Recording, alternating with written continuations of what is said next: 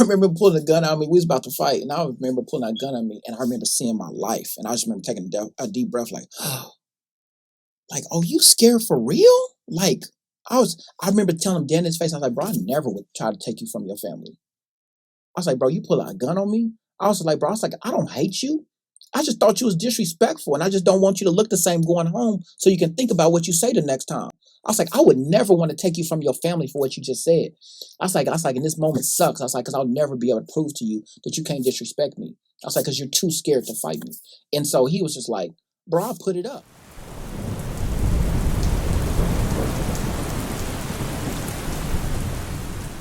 Mentally right now, I would say I'm at a 7.5. I'm close to 8. I would say 7.5. I'm above average, but I need to lock in to get up to my 10. But I feel good about where I'm at, but it's work to do. What's a 7.5 though? 7.5 to me is above average. I feel like a 5 out of 10 is what regular people are, not being intentional, but not going through a lot of trauma right now. That's basic. I feel like a 10 is somebody who's doing the hard part every day to make sure that they are at the closest point of peace. Just chasing after the work that it takes to have consistent peace. I feel like that's a 10 for me. For me, I feel that there are things that I still need to do in order to get to my 10, but I feel there's a lot of BS that I'm avoiding that I don't even allow to me. I respect my boundaries enough to give me a 7.5. How long you been at a 7? Week and a half.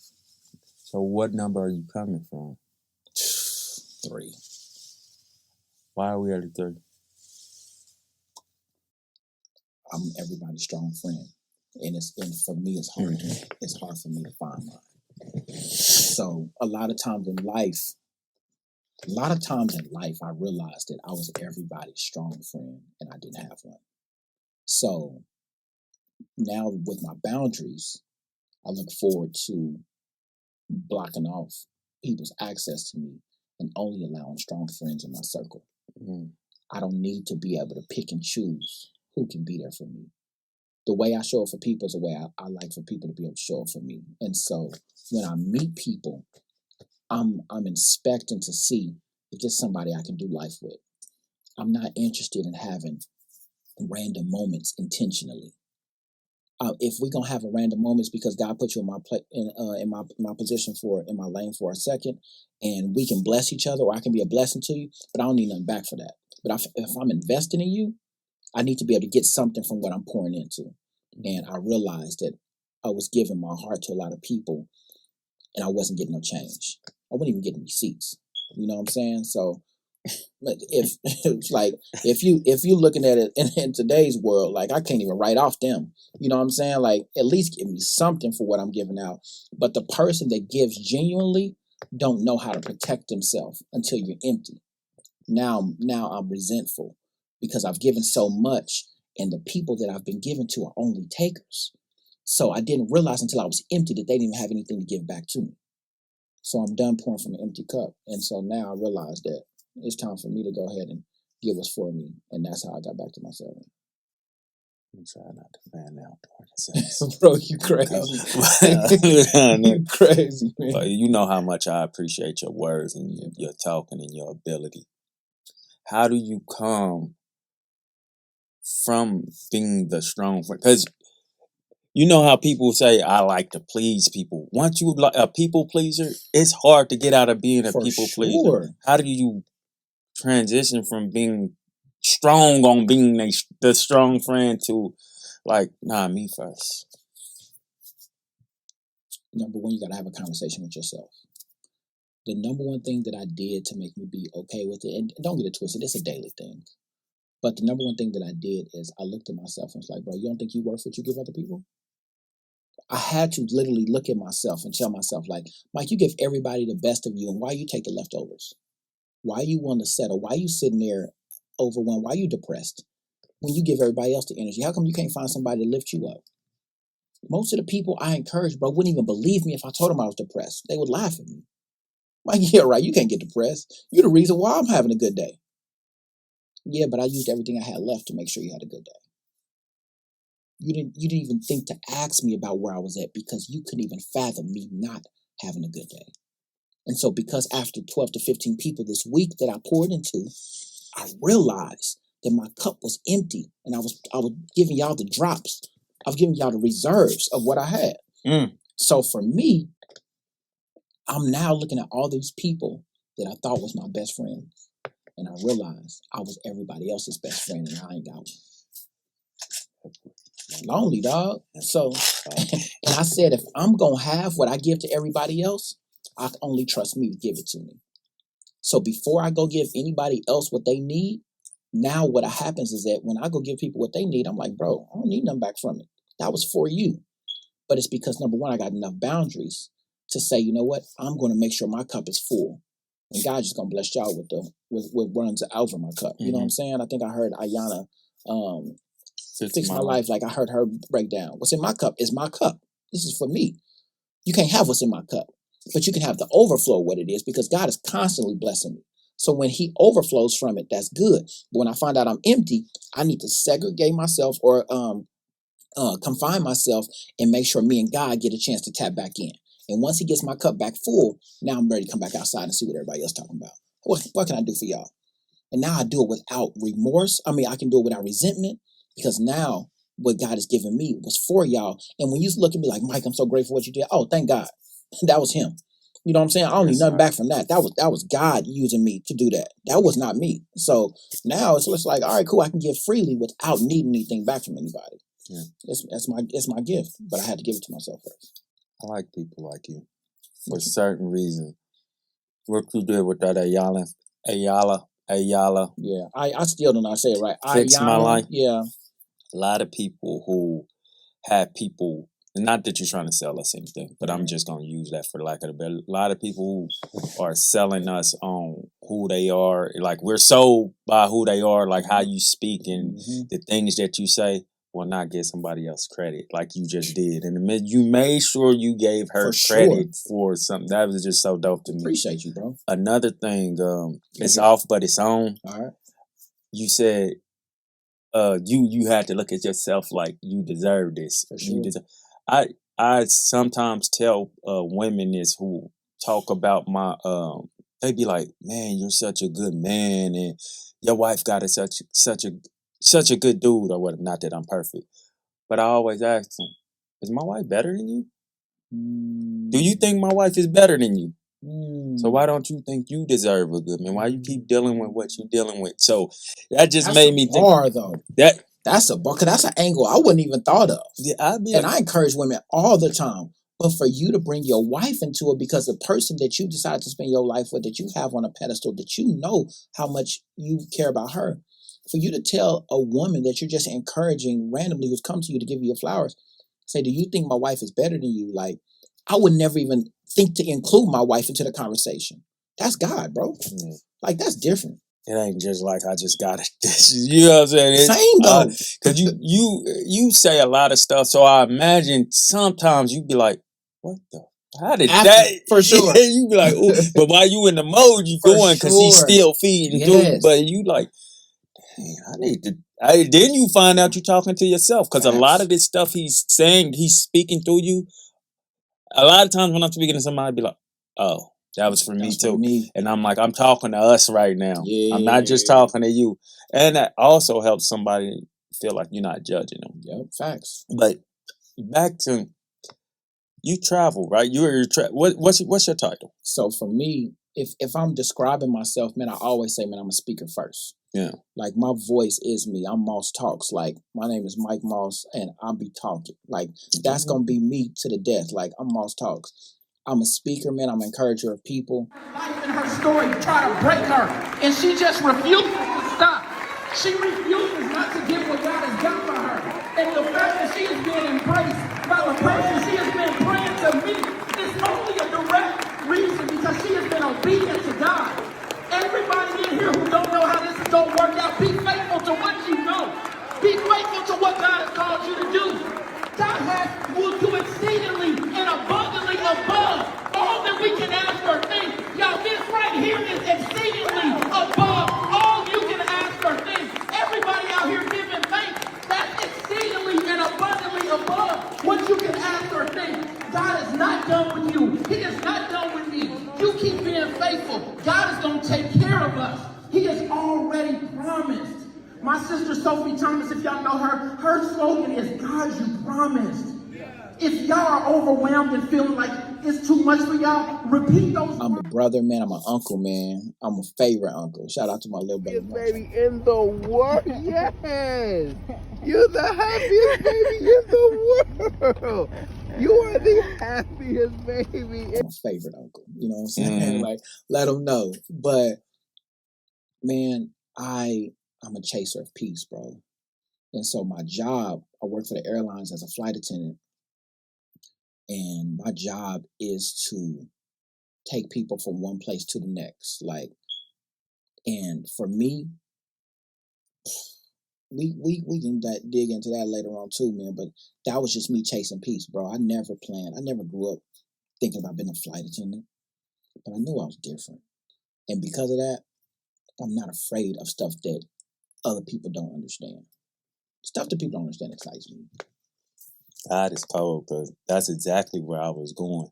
What you mean? Asking you, what are you flying from? With your, because we see these dope ass places. Well, before Instagram and all that, we was told about this stuff, but you see all this stuff, and sometimes the professions we end up in, or the ones we cherish, or whatever, we are trying to get away from something, and it's taking us from something. So that's a deep question. When Mike is, before he becomes, I don't know the proper term. Is it travel agent? Flight attendant.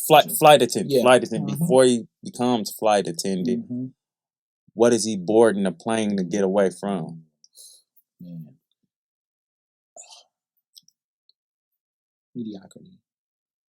I never want. My biggest fear in life is being average. My biggest fear in life is somebody looking at me and looking at the next person and saying, y'all the same. I never want somebody to look at me and be like, oh yeah, y'all both two people that's just chilling.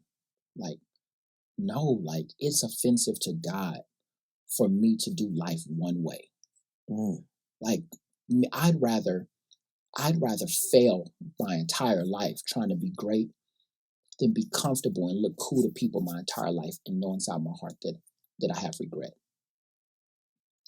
It's more embarrassing. I have more of a fear of being average than I do of failing. Like, I don't care if the whole world looks at me as stupid. If I'm true to myself and if God is proud of me, I'll look at everybody back on the other side of the mountain by myself and say, yeah, y'all look dumb. Like, while everybody's laughing at me, I'll look into a crowd. And that's probably why I can go and stand on stage in front of a crowd of people and not care if they look at me. I don't care if I get heckled. Well, I do care if I get heckled, but I don't care to the point that it's going to keep me from going up there. I've bombed on stage before. You care. As it's like to say you care, but you don't cater. Facts. I care because I keep getting up there with an expectation to be great. When I go up there, I care in that regard, but I don't care to the point to where somebody embarrassing me or things not going right gonna keep me from never doing this again. For sure. I emceed the thing for Lil Duval in college and bombed. That mug was awful, and they was clowning me, and I wasn't at my home turf, so it was like one of them things, and I'm just like, they don't even know. I was like, I ain't gonna never get a chance to reintroduce this crowd to how dope I am. I was like, I look lame. I bombed this, but I was like, dang, it's good for me. I've never felt this before. All right, cool. Let's get back to work. You know what I'm saying? Then. I had to, for sure. My biggest obsession in life now is, I don't know if that was a question for you, but my biggest obsession in life is seeing myself clearly. It's not getting everything right. I just want to know what's in front of me. What am I looking like? If I'm not doing what I'm supposed to do, which happens often, I need to be able to see myself clearly so I know what to fix. Don't let me be out here looking crazy and people see something in me that I don't see in myself. I need to see myself clearly. I need to know what work I need to do. That's my obsession. I'm going to tell you got a booger in your nose. Appreciate you. I'm going to tell you, that's one of my things. You got a booger in your nose. Please. People sometimes take that literal, but I like to make shit make sense to you on the smallest form. Like, I ain't even going to get back into that. Now, go ahead, bro. You know we chop. My boy, Caleb Gunn, he had put up close up saying something about people are humble people think they're clean until they wash themselves with a white towel. I took that totally different than what he meant it. Because I said it to him. He was like, I said what I took from him. He was like, cuz I was literally just talking about using a white towel and clean yourself. So like I always had these things break shit down into the simplest form for other people. Like, and they be like, oh yeah, I never, because we use color towels a lot. You know what I'm saying? Those color towels are the people around us, the yes men. They don't tell us nothing about ourselves, so we're comfortable with using those color towels. That's good. Those white towels are the people we truly need, because it's gonna say, boy, you dirty. You dusty. You ain't clean. So I like to keep white towels around me. Same. I like to keep white towels. I ain't saying I don't use color towels. Right. That's the only thing clean. But in real life, though, I want white towels. I want you to tell me I'm dirty. Absolutely. I want you. And sometimes it's hard for us to, take it. See, you know what's crazy for me is that I feel like it's easier for me to take it than to give it. And for me, like you say, I'll tell you got a booger in your nose. I'm the person, I'm going to hesitate. And it's because I know that you look at me like I am special. So for me, I'd rather somebody else tell you and you don't feel like, oh, Mike caught me slipping. No. I don't ever want you to feel less than around me. So it's just like, man, I wish somebody else can see what somebody else can tell me. Or if I'm going to tell you, I'm going to pull you to the side, make sure can't nobody else hear me. You know what I'm saying? Yeah. Hey, come here real quick. Hey, did you see this over there? Hey, you got a bug in your nose. That's the only reason I put you over. Because I just don't want you to know. Hey, that's how I am. I ain't doing it in front of a lot of people. I ain't saying, but I'm just saying the way that you move, you so chill and you so intentional, I wouldn't take it that way anyway. Because you don't move as a person who look like they trying to play somebody. So for me, I'm intention-based. Even if you joking on me, like if somebody's clowning me and they saying some funny stuff, if I know that you just like doing the funny stuff, bro, I'm going to laugh with you. Bro, funny's funny to me. But if you a person who can't take what you give, you trigger me. Those type of people, you can't be a sensitive person trying to clown me. Because of my emotional intelligence, you just capped off how much I can rebuttal. Because I can't give you more than what you can handle, and that irritates me. Because I always think the worst. Like I'm the same. It's in that God, thank you for working on me. But I'm the same person. Where Mike, they like Mike, your teeth crooked. I'm just like, yeah, but I slept with your ex-wife. You know what I'm saying? So like what you most insecure about, the woman that you lost, like. She didn't mind my teeth, bro. But for me, that's not my first rebuttal. That's where I'm ready to go to if this thing escalates. But I may just be like, yeah, bro, your haircut ain't even. You know what I'm saying? But I know that I'm just saving that in case it has to go there. You know what I'm saying? Like, and so some people just like, dang, Mike, that's dark. So it's not dark, bro. It's just I am emotionally intelligent and sometimes I take advantage of it. So I'm prepared to be toxic if I need to, but that's not the way that I know that I'm instructed. So I still have both thoughts, but every time you got to make a decision. You know what I'm saying? You're also calculated and understanding. Very calculated. You calculate that I can hurt this person beyond hurt, and I'm not that. I'm not that. So I'm understanding at a level that they can take, but it's also unfair to me because you get to go somewhere and you don't even know what I'm capable of. You know what I'm saying? And losing to a punk, bro, it feels the worst. Like when you lose to a punk, bro, I remember the first time somebody pulled a gun out on me, dog. Talk to me. And I was just like, and I remember pulling a gun out on me. We was about to fight, and I remember pulling a gun on me, and I remember seeing my life, and I just remember taking a deep breath, like, oh, you scared for real? Like, I remember telling him dead in his face, I was like, bro, I never would try to take you from your family. I was like, bro, you pull out a gun on me? I was like, bro, I don't hate you. I just thought you was disrespectful, and I just don't want you to look the same going home so you can think about what you say the next time. I was like, I would never want to take you from your family for what you just said. I was like, and this moment sucks. I was like, because I'll never be able to prove to you that you can't disrespect me. I was like, because you're too scared to fight me. And so he was just like, bro, I put it up. I was like, bro, I'm not taking no chance of me leaving my life over this dispute. I was like, you got it, bro. And I remember for like 2 or 3 years, bro, I felt like a sissy, like I felt soft. And it angered me so badly because there's things that I went through in my childhood that made me feel like nobody was going to ever be able to disrespect me to my face. And so for him to be able to do that while me knowing that I could change the narrative of how he saw it and how people around saw it, I just feel like everybody saw me for the moment of me walking away from that rather than standing up to that. And for years, it took me a while to let that go. until I got to a point where I was just like, bro, I don't care what nobody thinks about me. Ain't nobody keeping me from living my best life. So anytime I'm in a situation that could take me away from that, that's why I don't like kicking it. That's why I don't like going out, especially in Kansas City. Yeah. I was in the line at the 9 after the Chiefs won 2020 when it got shot up. All on Facebook, the bodies all over the thing. Like, I was in the actual line. And I'm not talking about in a line from kicking it after we went out a couple months before that. I don't go out. So when people saw, when I was in the line, I was just like, bro, I've been traveling the world. I just came back from these amazing places. I just want to celebrate my city doing something amazing. Right. And all this time, which is going to the Super Bowl, I was like, bro, I could have died and just been at the bottom corner of the paper. Mm-hmm. Like forgotten.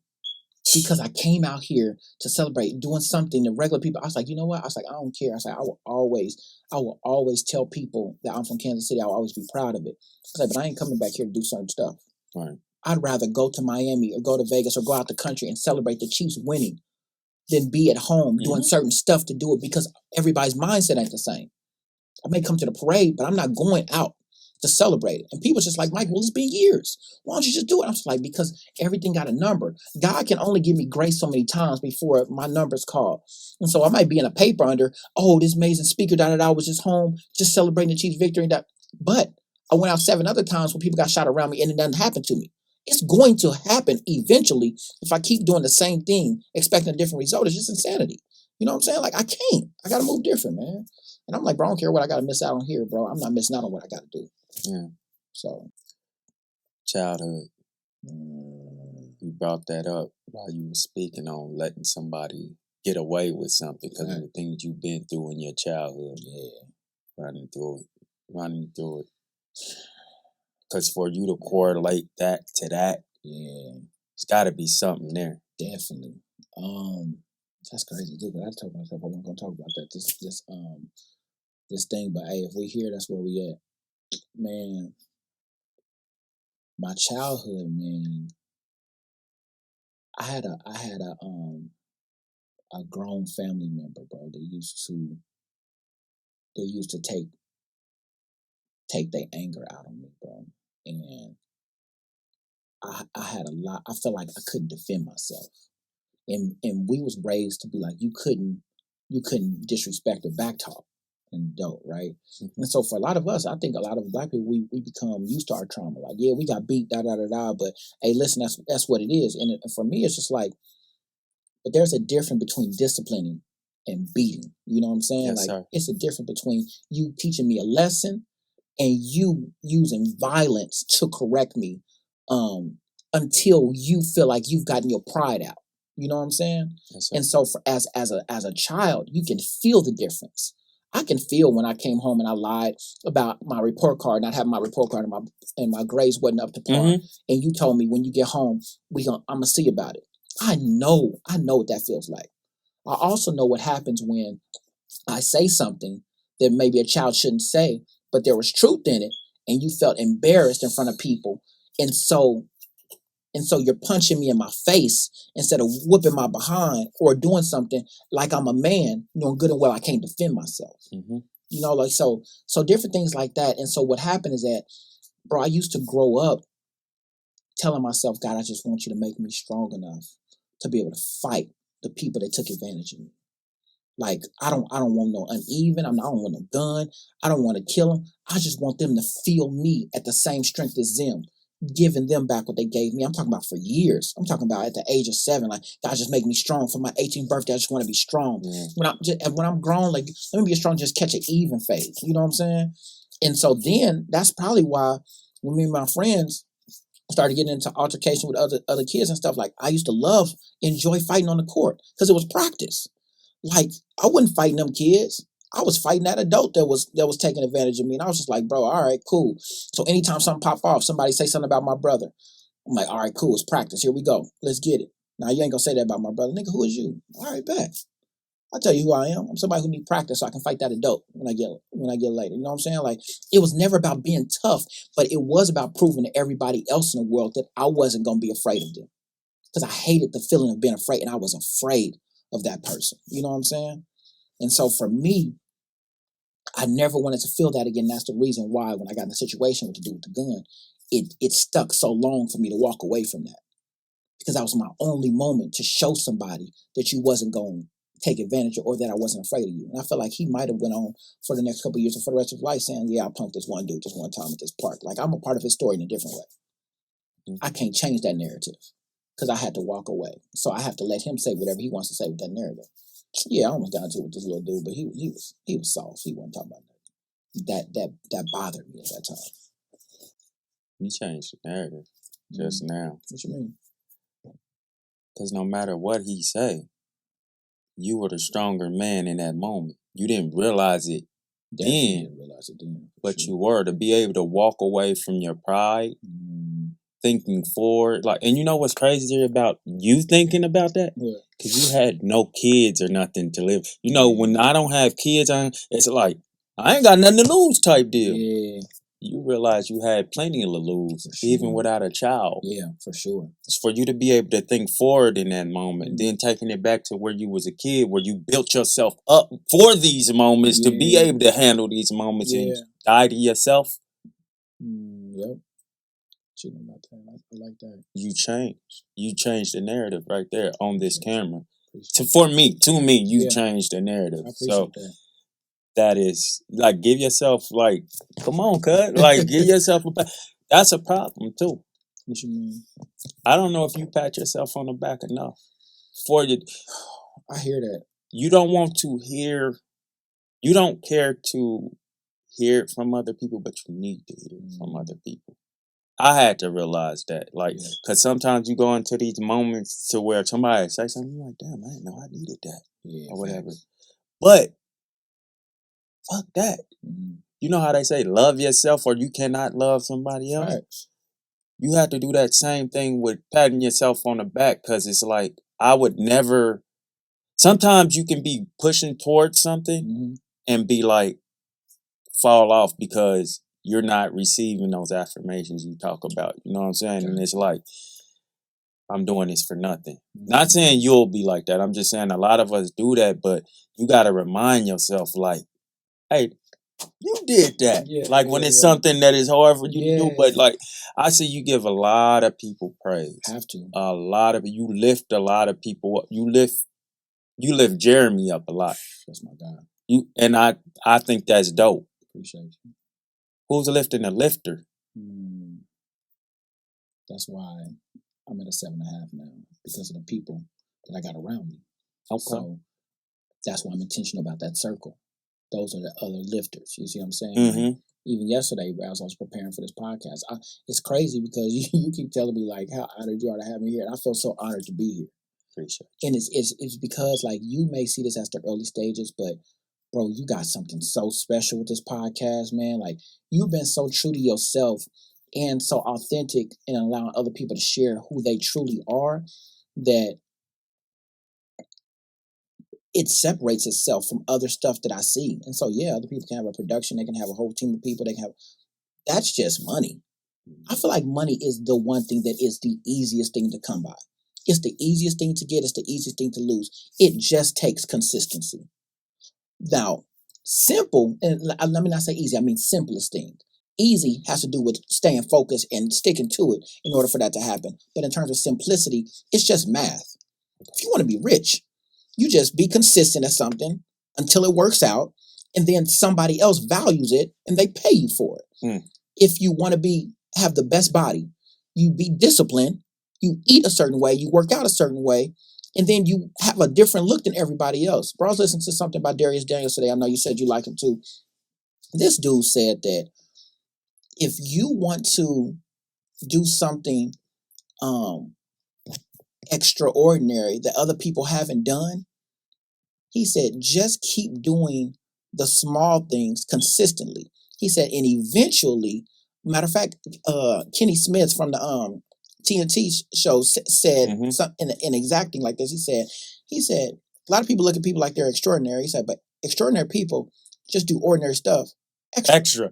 Bro, what kind of bar? Like, so I'm trying to break down what Darius Daniels said, but he basically said the same thing that Kenny Smith said, and I can say it a lot shorter. Is extraordinary people just do the ordinary stuff extra. So what Darius Daniels broke it down to another level that was so dope was he's like, if you want to guarantee that you do something amazing in life, stop trying to do extraordinary stuff and just do simple stuff consistently. Thank you. He said, because he said consistency compounds. And what he meant by that, he said, bro, it doesn't add, it multiplies. But it takes consistency to get there. So what you got to do is you got to do something without reward for a long period of time. And once it starts to compound, it doesn't add, it multiplies it. So the reason why a lot of us are struggling or unhappy in certain spaces is because we're waiting for things to add up. Ooh, okay, I'm gonna get excited, bro. Go, man, go. Because people think that people want everything to add up. I did this for you, or I saved this money. How come it ain't adding up? Well, the way God works, He don't do addition. God works in multiplication. But so He's like, yo, Matthew 6:33, me please, which says, "Seek ye first the kingdom of heaven and His righteousness." And He said, "All these things shall be added unto you." But the way God adds is He multiplies. So He said, "Seek me first." So a lot of times we just like, bro, God, I got this bill that's due. Like, I got this person that's hurting. I got this other thing. And God is just like, I hear you, but seek me first real quick. God is, it'll be like, God, you always available. Like, I'm going to talk to you in a second. But right now I'm stressed out about this. He's like, I hear you, but go ahead and seek me first. God, you doing the most right now. Like, you know, I can talk to you. I know you looking on me like I can pray to you anytime. But God, do you see my mama that's hurting? You see this person in the hospital? You know this person I've been praying for? My cousin got shot. God, I'm just asking you to say that. Yeah, but seek me first, though. God, I don't understand you. I don't know why you're doing this, but clearly I need you. God, please just take over my life. Bless what's going on. Yeah. Then I get a message. Hey, I just want to let you know, we did end up getting this person out of surgery. He's out of ICU. We did what? Wait, how? You just told him it was a small chance it was going. What do you mean? And then you sit there and you're just like, oh shoot. Oh Mike, I heard that you were speaking. Somebody told me from one of your podcasts that you didn't have money to do this. I just want to know. I just want to give you a donation for this. And I'm just like, bro, this is a joke. Like, what are you talking about? It's seek me first. And the thing about it is that when God says, and all these things shall be added unto you, can't nobody else tell you what all these things are. The Bible says God will give you the desires of your heart. So only you know the things that matter most to you. So for me, why do I need to go around trying to impress people when the things that matter most to me is the things that God is working on? The only thing I need to do is show up and keep being faithful to and surrendering to this man upstairs. And the things that I truly care about, God is going to take care of those things. So if I know that my life is not my own and I don't even need to worry about it, I'm going to just keep doing the ordinary extra. And eventually God is going to do something extraordinary with my life. Bet. All right, I got you. Let's do it. So yeah, I'm not going to drink. I'm not going to smoke. I'm not going to go kick it with. I'm going to chill. I'm even be celibate. I'm going to even do certain things that other people won't do or that other people will laugh at because I want what's extraordinary for me. And I don't know what that looks like yet. So if I need to just give up one more thing, if I need to be consistent here, it's not too much. That's cheap enough. So are we actually looking at the cross the wrong way? Because it's a plus, right? But it's actually an X. Break that down. I'm getting that off of what you saying, though. That's I never even thought about this because... Like just keeping myself from stuff? Multiplication. He died for multiplication of things. And once he died, like... That's a bar. From what you saying, bro, I'm like, whoa, bro, I book never I'm reading even is thought. called Upside Down Kingdom, bro. You're literally just talking about the cross, look in a different way, bro. While I'm reading this book called Upside Down Kingdom, like, you have no idea how powerful stuff you be saying, man. That's crazy. I never thought about it like that. What is that about? That book is about the Beatitudes. Blessed are the meek, so they shall inherit the earth. Like the what? The Beatitudes. They said it's the most powerful message that Jesus ever did. What is a Beatitude? So the Beatitudes are like it's like 7 or 8, maybe 10 different sayings that he said. It was a message that he was talking to a multitude of people on the Mount. They call it the Sermon on the Mount because they took him up there and they were speaking to these people. Mm-hmm. But he was basically saying things that no one ever says. Like a small part of it, and I apologize for the noise in the pages, but just a small part. Those pages got power. Yeah. Man. Yeah, right. But it says, "Blessed are the poor in spirit, for theirs is the kingdom of heaven." Blessed are they that mourn, for they will be comforted. Blessed are the meek, for they will inherit the earth. Blessed are those who hunger and thirst for righteousness, for they will be filled. Blessed are the merciful, for they shall be shown mercy. Blessed are the pure in heart, for they shall see God. Blessed are the peacemakers, for they will be called sons of God. Blessed are those who are persecuted because of righteousness, for theirs is the kingdom of heaven. Blessed are you when people insult you, persecute you falsely, and falsely say all kinds of evil against you because of me. Rejoice and be glad, because great is your reward in heaven. For in the same way they persecuted the prophets who were before you. Like these things, they said this all represents upside down kingdom, because God is basically telling you to be confident in being mistreated, to getting the short end of the stick, because what's coming for you is coming on the back end. It's multiplied. Your blessings are going to be multiplied as a result of you taking these L's down here on earth. And so like what you said, what you was basically saying, like the whole thing of upside down kingdom is that God's rules don't make sense to man. Like we don't go by those same rules. Right now it's like, bro, you slap me in my face, bro, I'm gonna hurt you. Like I'm gonna show you why that was a bad idea. God, the most powerful person, had a son. Jesus came to earth, who was probably the most celebrated character and most criticized. But he said, you slap me, I'm going to turn the other cheek. And if you don't dive into it, it's almost like insulting. Like, it's almost like you voluntarily being a punk or a simp. And God is just like, if that's what you need to do, I'm going to give you another chance to do it twice. Like, I rather you get that out of your system twice against me than me ever come back against you, because that's not in my spirit. That's not what I stand for. And so the more that you rehearse these things and the more that I study these things, the more that I realize my life is meant to be lived differently.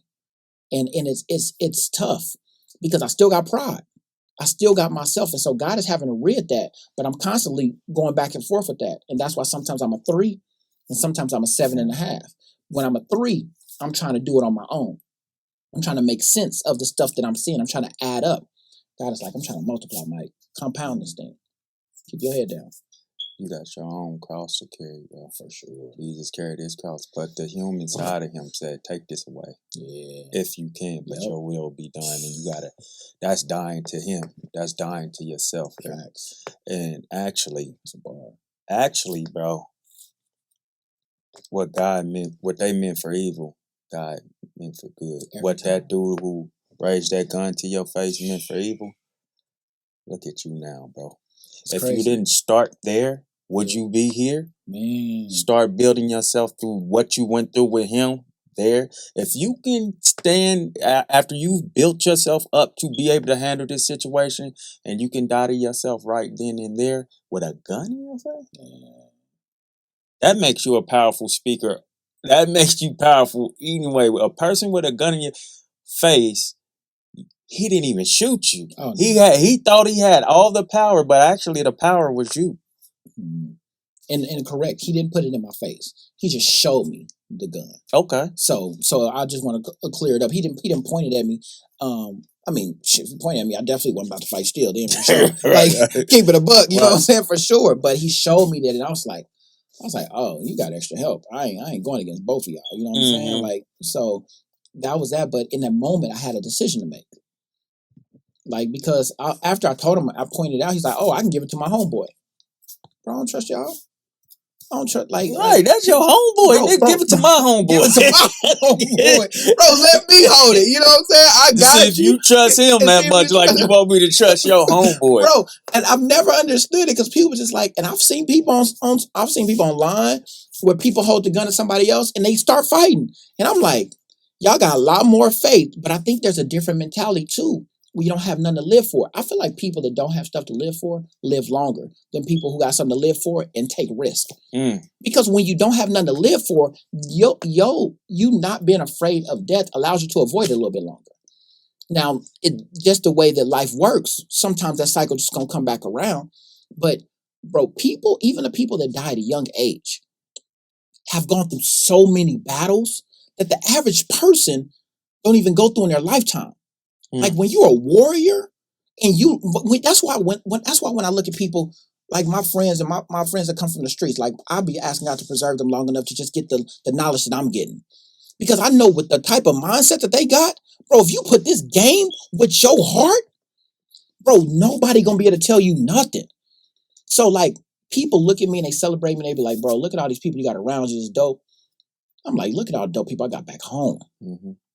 Like, so when people come, man, when I come back home, bro, and I get a chance to sit with my big bros, man, when I get a chance to chop it up, and sometimes when I see Boozy or I see Faso, I see you know, man, bro, like when I see Erdo, man, like when I see the homies, man, and those are big brothers to me. Like when I sit down with them and we can just laugh and kick it, and I can just see that they safe and they in the right mind and they in a good place, like that gives me a confidence to go back in the world and go kill it.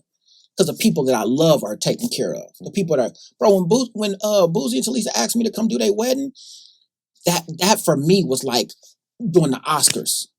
Because everybody in the world get to see how dope I am, but I don't never get a chance to put on for people that I love. Mm-hmm. I gotta get to put on for people that admire me, but it's different when you do it for somebody that you love. You know what I'm saying? So I'm like, I don't think y'all ever got a chance to see me in person. I think y'all just heard and seen clips. Mm-hmm. But y'all understand how I'm about to go hard for y'all. You know what I'm saying? And so like, even that's crazy because that's where we met. You know what I'm saying? So like even in your first impression of me, I was standing from a place of pride. Like I was honored to be up there doing that on behalf of them. You know what I'm saying? Like my gift to them was that. Like I'm like, you know what? Yeah.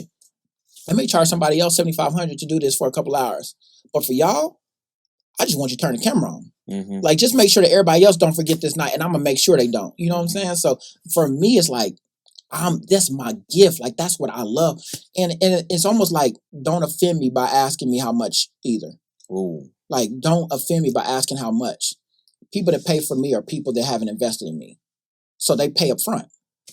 When you've invested in me, you've already paid for what you got from me. Like, there's nothing that you could ask me for that you need to be compensated for because you've already paid for it. You've been loyal, you've been consistent, and you pushed yourself to be your best. You've been a stand-up dude. So I'm just meeting you halfway. That's it. Yeah, it's easy to say that, but it's not easy for me to act on that as somebody who's your brother or something like that. Because I'm feeling like, well, enough of us as his brother haven't valued what he did. So you know how your friend work at McDonald's and you said he work at McDonald's, so he should hook me up. I would never want you to feel like that as my man. So I gotta at least let you know I'm willing to pay for it. Yeah, don't offend you by asking, but I don't know I'm not offending you by asking. You get what I'm saying? And the thing about it is, but that's the mindset. And that's what I mean by the type of people that's around me. Because your natural inclination would be to be, all right, Mike, how much gonna cost for me to do this? Like the fact that you think about that, that's what the intent that I care about. Yeah. You thought of me. So let me let you know. Nah, bro, it's gonna cost you nothing. Mm-hmm. But that intentional thing that comes from me comes from who you've already been before the conversation happened. Yeah. I've already been watching you. I've already been seeing you be consistent. Now at this point, this is just a way of me just celebrating you. Thank you. For sure, man. And I could never pay God enough for what he's done for me. I could never pay you your value. Because can't nobody put a number on your value. You know what I'm saying? Like, so when people get these, Gilly Wallow get this, I don't know, I'm just throwing them $130 million deal. That still ain't you still can't tell me they was paid what they value. That's just what they accepted. Yeah. You know what I'm saying? True. Back to faith. Okay. You have faith in something you can't see. Why? What built this faith for somebody you can't see? Because I just don't understand it. As a person outside looking in. Gotcha. I understand you, but for sure. Yeah. Faith, going back to the Bible, Hebrews 11:1, right? This is a text that I broke down. And it means more to me. So you asking me that question actually is a passion answer for me. Hebrews 11:1 says, now faith is the substance of things hoped for. It's the evidence of things not seen. So let's break this down, right? Please. Hard. I'm going to repeat the text and then we're going to break it down. Now faith is the substance of things hoped for and the evidence of things not seen. That means that faith is comprised of what I want to see happen in my own life. Yes, sir. And it's evident, it's proven by what is not seen. It's proven by what I can't even show you. Now, faith is comprised of what I want to see happen. That means it's private. It's not public. It's what I want. That's personal. It's sacred.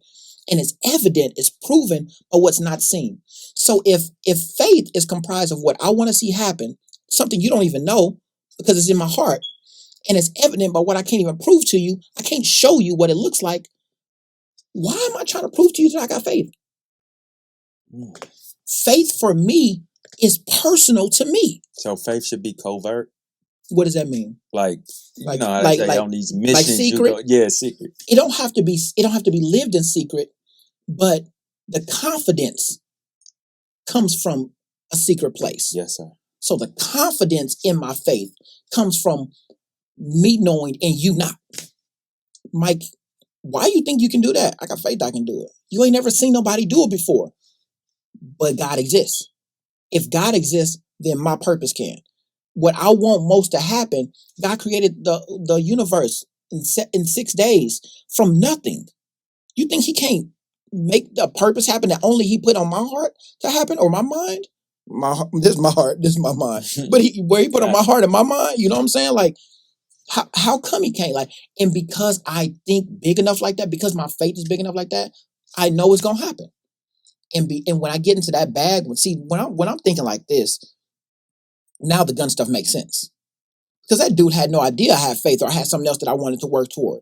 And so when I see myself settling to fight this dude to prove a point in that moment, I'm like, bro, you gonna take a chance of missing out on all of this stuff that God got for you over this dude who just want to be the biggest person in this moment? Bro, you can have the moment. I'm gonna take the life. By you saving my life, I'm taking back control over it. And so my faith is tied to what I cannot see. And the thing that's in my heart, the thing that's the biggest thing in my heart is a question mark. I just want God to blow my mind. I don't care how you do it, Lord. I don't care what you do. Just blow my mind. Mm-hmm. My dad grew up as one of my goats, right? Him and Calvin Wainwright. So, yes. And R.I.P. to Calvin Wainwright, man. I'm talking about Uncle Calvin, man, was just, I would be remiss if I even had this conversation without even mentioning him. Like, please, man, Calvin Wainwright was, and I didn't even realize this till after he died, but I didn't realize how much of a mentor he was to my own pops.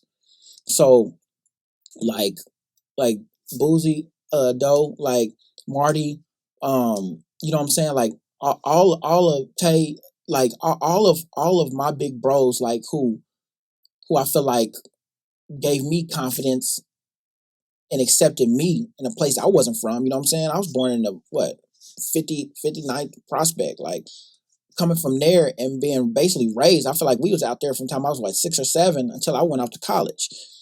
And like, so I spent most of my time in a hood I wasn't even from, but that's where my family is. So when people just like, where you from? I'm like, well, I ain't throwing out blocks like that. I was like, but 12th Street, like them is my brothers. You know what I'm saying? It's like, you know the dudes from 12th Street, and I'm just like, I mean, I look at them differently than you look at them, but yeah, for sure. Like they just family, like they just family. What my dad was to them was a father. I didn't realize it. You know what I'm saying? Like, so when they look at me and take me under a brother, I'm like, oh, it makes sense. We both were sharing my dad. You know what I'm saying? Like, but my pops looked at Calvin as somebody. Calvin put a battery in my dad's dad back to do what he did. Calvin was already doing it. He was a goat in his own space, and he told my dad, like, them kids need you. You better go down there, da-da-da. And my dad was like, well, basically his energy almost was like, well, will it matter? Like, will I have that much? He was like, yeah, they need you. And my pops, once he realized that he could be effective and it was helpful, he gave his life to it. And so they felt that. And that now all of a sudden, now it's encouraged me. And then on the flip side, after I came from school, my aunt calls me to come mentor these kids in the 30s. And I'm out here, which is funny because all these kids are repping blood. And I'm like, bro, it's a lot of red over here. Like, y'all doing a lot. Like, but I saw humans. I saw human people. You know what I'm saying? And I'm not gang affiliated, bro. I definitely ain't doing none of that. But when I see blue, I'm like, oh, that's home. You know what I'm saying? Like that's what my guys is doing. Like even back in the day, and I'll get distracted a little bit. I'll go 30-second tangent, but I was I was wearing red all the time down north because I love Michael Jordan. Yeah. I didn't even realize the Crip blood. You know what I'm saying? Like, and I remember Boosie used to always slob this, slob that, and I'd be like, bro, like I don't even know what that means. Like, all right, cool. I just thought it was like a regular joke. I didn't know he was disrespecting the intentional colors I kept wearing. I was like, y'all don't like Michael Jordan? Like, why nobody like Jordan down here? Like, I thought he'd go. Like, what we doing? But the truth was, it was way deeper than that. But they never treated me like an enemy. They treated me like a brother who didn't get it. You know what I'm saying? And it was like, but it was in love though. It wasn't. If somebody had vindictiveness toward me in that, they would have made me feel like I wasn't a part of them because of it. You know what I'm saying? I still didn't realize it till much older. But I was just like, I don't know, something about this color. I just ain't gonna keep wearing it all the time, but because they be tripping. But I didn't realize the heaviness to it.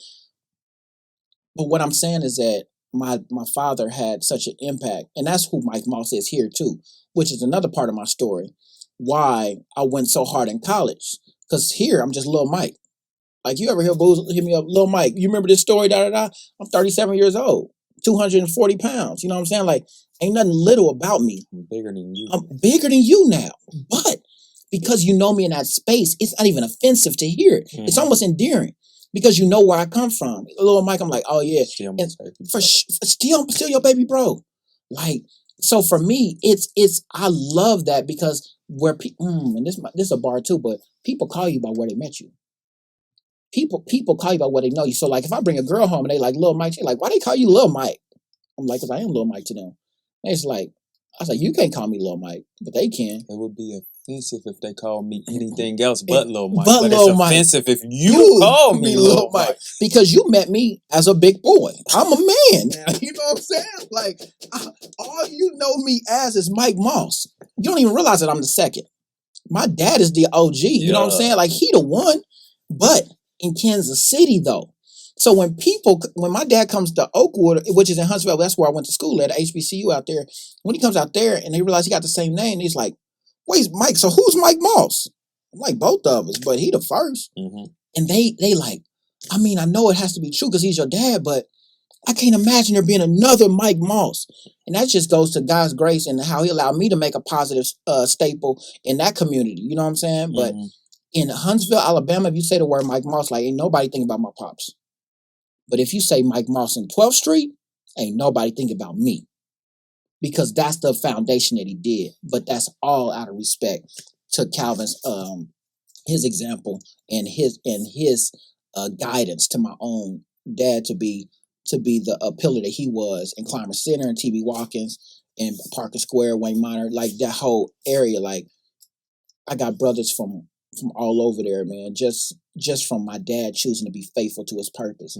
And so for it to go back around unplanned, and for me to be doing the same thing in the 30s, like giving back to these kids, and I'm talking about, man, I'm 37, I got kids that's 24, 25, call me Pops.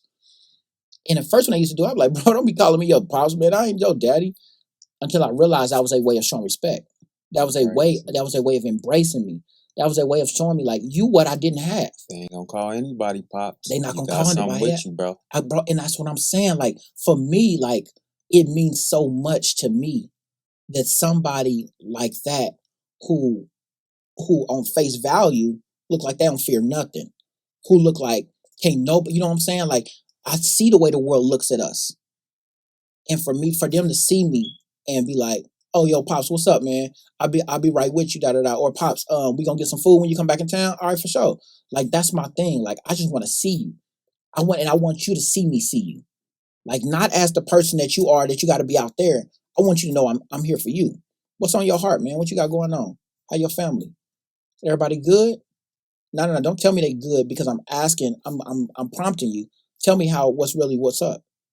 You got bread? What you doing to get it? All right, what can I help with? You know what I'm saying? Like, where can I step in? They may make little jokes, but they know certain stuff they want to talk about. I remember the first time we went out to dinner when I came back from Chicago, which is where I'm at now, flying and everything. I came back, and I never tell them when, but I always tell them if I'm popping up, I'm gonna call y'all.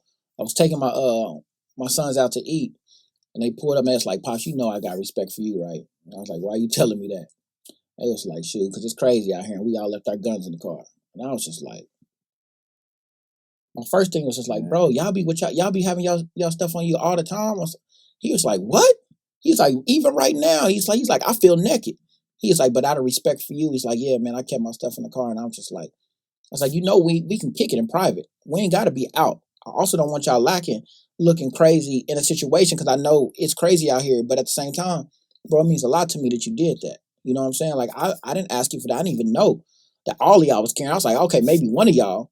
But the fact that y'all told me, they was just like, yeah. And they laughed about it, joking. But they're like, it's because of who you are. Like, I don't even want to disrespect our energy by having that around us. And I'm just like, that's when I knew it was bigger than me. It was bigger than me because I never thought like that. I just always come from a place of love. And it's crazy because the ones that love me the most now are the ones that hated me when I first got there. Bro, what? They wanted to smoke when I first got there. But I saw it through them. And every time I go to the thing, like even with the little girls, like they having the little crushes on me and stuff like that when I'm doing it, I'm like, yeah, we need some female staff to be able to target the ladies. Like, because I'm all about self-worth. And then sometimes when you point at somebody who's broken, who's never felt that before, their attachment to you can be unhealthy. So you can't even hear these healthy words come from me because I can see the way that you're looking at me. You're looking at me to save you, and you're in a different way that's not even healthy. So I'm going to give my energy to the fellas, and I'm going to let y'all know from a distance that I love y'all. But now I'll hug the boys, but I'm not hugging the girls. You're not about to put your chest on me. You 15. I'm gonna give you some but I'm gonna hug the boys because they don't want that. So I'm gonna let them know. I'm gonna give them something they ain't felt before. So yeah, bro, you make them uncomfortable, but also give them something real consistently, over a bunch of time compounds. My love don't add up; it multiplied. So now after a while, they felt it. Even the first kid that wanted to fight me at the thing, he didn't even really want to fight me, but he said he did. So I was gonna give him what he wanted, but I told him that if he wanted to fight me, then I would let him, but couldn't nobody else be around. I was like, you don't get to get no clout from this, and you don't get to be embarrassed to the point to where you can't come back from this because all your homeboys saw this. And I was just like, you know what? I was like, I pulled him to the side, and I was just like, if you that angry with me, I was like, I don't know why you feel the way that you do. I was like, but that's your way to express that's your way to express yourself. I was like, I'm gonna let you do it. I was like, after everybody go, it's like, come back and see me around this time. I was like, I'm gonna talk to you. I'm gonna tell you how I really feel about you. And if you feel like you need to do that, I was like, out of respect, I'm gonna communicate with you the way that you communicate.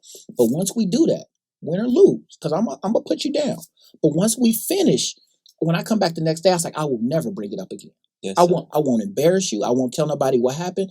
I was like, but every single time that you do it, I was like, anytime that you want to do it, I will never give you the benefit of being able to do it in front of your peers. You're never gonna be able to show out in front of people just because you got an issue. If it's a true issue, I mean, you can handle it privately. But I'm gonna let you know whatever issue you thought you had ain't the issue that I have. I ain't got nothing but love for you. And I just want to see you grow. But if this is what you need to do to express yourself, I'm talking about to the point where, oh, my brother about to get out of jail. I'm going to have my brother come see you. You can do whatever you want. But what I'm telling you is that I care about you. I think that you got greatness inside of you, but I'm not going to allow you to talk to me a certain way and still get the same access to me that you've been granted. So if you choose to lead a center, when you come back, don't think you're just going to come and go straight to the gym. I mean, you got work to do first. So I need you to sit down. We're going to fill out this stuff. I'm going to help you. But you're not going to do the thing that you thought you could do while skipping out on the thing that was important to me. So in those relations, we had moments and we had connection. And so number one, he realized that I didn't have no pride. I'm not trying to embarrass you. I'm not trying to get no clout from this. I'm willing to hurt you off camera and tell you that I love you because you wanted to express yourself through violence. Like, if that's what you want to do, like, nobody else is going to be privy to that. This is just a me and you thing. And then after that happens, now when we see each other, you're going to still see me respect you and show you love, even unless you're trying to disrespect me. I don't know what happened, but something clicked. So I was like, when you come back, Mr. Mike, I know I'm back at the center now. I want to come back to the class, All right, well, you can't come back the same way you left. What you mean? I'm holding you responsible. These people look to you. I realize, bro, you're a leader. So now you got to help me make sure we control the classroom now. When your homeboy starts talking, I'm not saying that to him. You check him. That's the only way you allowed it to come back into the room now. Because now I realize that your voice matters. People laugh when you talk, so they're gonna be quiet when you talk too. So when something happens and I hear somebody getting about, I'm looking for you now. If everybody's talking around you, you in trouble, not them, because you're more powerful, bro. You're responsible for so now when something starts getting out of trouble, I already see him elbowing, hey man, shut up, dude. He talking. And they like, bro, you been lame. And then they see he's serious. And you slowly see the classroom starting to quiet down. You see the respect building up. And all of a sudden, man, Mr. Mike, what you do to Jardine? Da da da. Hey, I shouldn't have to say nothing. If Jardine is already saying that he wanted to be quiet, then y'all should know. Da da da. Whole name. What'd you say? I like his name. Go ahead. Oh yeah, for sure. But it was somebody who used their voice for. I didn't mean to say his name, but if somebody who used his voice for a different purpose until it was driven in the right way. And so now, man, when I pop up and I come to their job and they see me, they like, oh shoot, Pops, what's up? Da da da da. Yeah. Excuse me, do they accept tips? Okay, cool, perfect. Hey, I want this and this. Hey, I leave that for my son over there, please. That's your son? That's your oh yeah. That's my boy, man. And he said, oh yeah, that's my Pops. Da da da. And he's bragging, he's excited. You see it, but I feel the same passion. I feel the same excitement because I could have lost you. You know what I'm saying? Like, and it just like that. It also breaks my heart when I come home. Hey, Pops, I ain't want to text you this message. I ain't want to let you know, but such and such, man, he got killed last week. You know, such and such. You know, such and such been gone for about 5 years now. I'm like, what? Like, these are realities to the decisions in the environment, and it's just like, for me, my frustrations that I can't become successful fast enough. Yeah. Not only that, but even my success will never eliminate where people are stuck at by the time it happens. So based off of their choices will be the thing that they're most committed to. Because even though there's a short lifespan out here, there's a lot of clout out here too. And sometimes people want that respect more than they want the longevity of a life outside of it. You know what I'm saying? So that breaks my heart too, because it's like a lot of stuff I want to show people, they'll never even be open to because they haven't experienced it. Probably one of the most irritating people I talk to. Because you say so much that needs to be broken down or talked about. Like, but one thing I do want to say is ask you. Okay. Do you think your hugs have gender? What do you mean? You think your hugs are only meant for men? No, absolutely not. Because do you think you are an image of Jesus or God? Right? For sure. Do you think he only hugged the men? No. He hugged the women too. Sure. Now I understand you have to have in that lane. Now, if they see me at church, I'll give them a good hug, a side hug. I'm just saying certain things couldn't happen with them while I could see. I could see when I come into the room, the giggles. Oh, Mr. Mike, no, I'm going to hug Mr. Mike. No, I'm going to do this. Yeah. And you got 14, 15-year-old girls that are developed. Yeah. You can't touch me like that. You know what I'm saying? Like, it's different when you was 7, you was 6. You run up to me as innocent that now y'all got crushes. Now y'all over here kissing boys and doing stuff. You're not going to put that energy on me while I'm trying to love you as a niece or as a daughter, and you're having your crush and you putting my face or my energy into this new stage that you're going into. So I'm just putting boundaries with certain things. So yeah, you still gonna get love from me for sure. But when I hug you, it's gonna be a group hug. All of us gonna be shouldered up. I'm gonna be side to side, and I'll hold on to you. I'll walk around with you. Da da da. You know what I'm saying? You're gonna feel my love, but you're not gonna be inappropriate, and I'm not gonna be ignorant to the fact that I see what's going on. You know what I'm saying? So I may not ever acknowledge it or do nothing, but I know what you're doing. I hear the giggles when I walk past. I do da da da. I hear the little stuff. You know what I'm saying? Like, girls do with my pop still to this day, and it's funny. A girl might be sitting there talking to me like, "But where your daddy at?" I'm like, "Sweetheart, don't disrespect me. Like, my pops is my pops. You know what I'm saying? And he the GOAT, like, for sure. Like, Mike Moss is who he is, but I'm me too. You know what I'm saying? Like, you know who you are. I know who I am. That's it. I throughout my life, you didn't know. Mm-hmm. I've known you. I've known of you for a long time. Which is crazy. I've always heard about your father. What about Mama though? Mm-hmm. What role did Mama play in your life? Mom still. Who is she to you? If my dad is the picture It's the picture on the wall that everybody points to in the art gallery. My mom's the frame. Like, my mom is what's mounted, holding everything up. Like, my mom, bro, my mom played the background at such a elite level because there was things financially that had to be taken care of that my dad's job didn't pay for. You don't get paid quality dollars to do the long lasting stuff.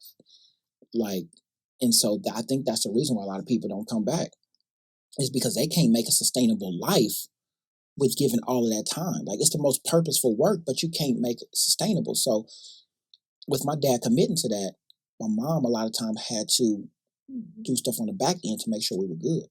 So she was working, going and completing certain degrees and building herself up. And my dad is the GOAT here, but my mom is my GOAT.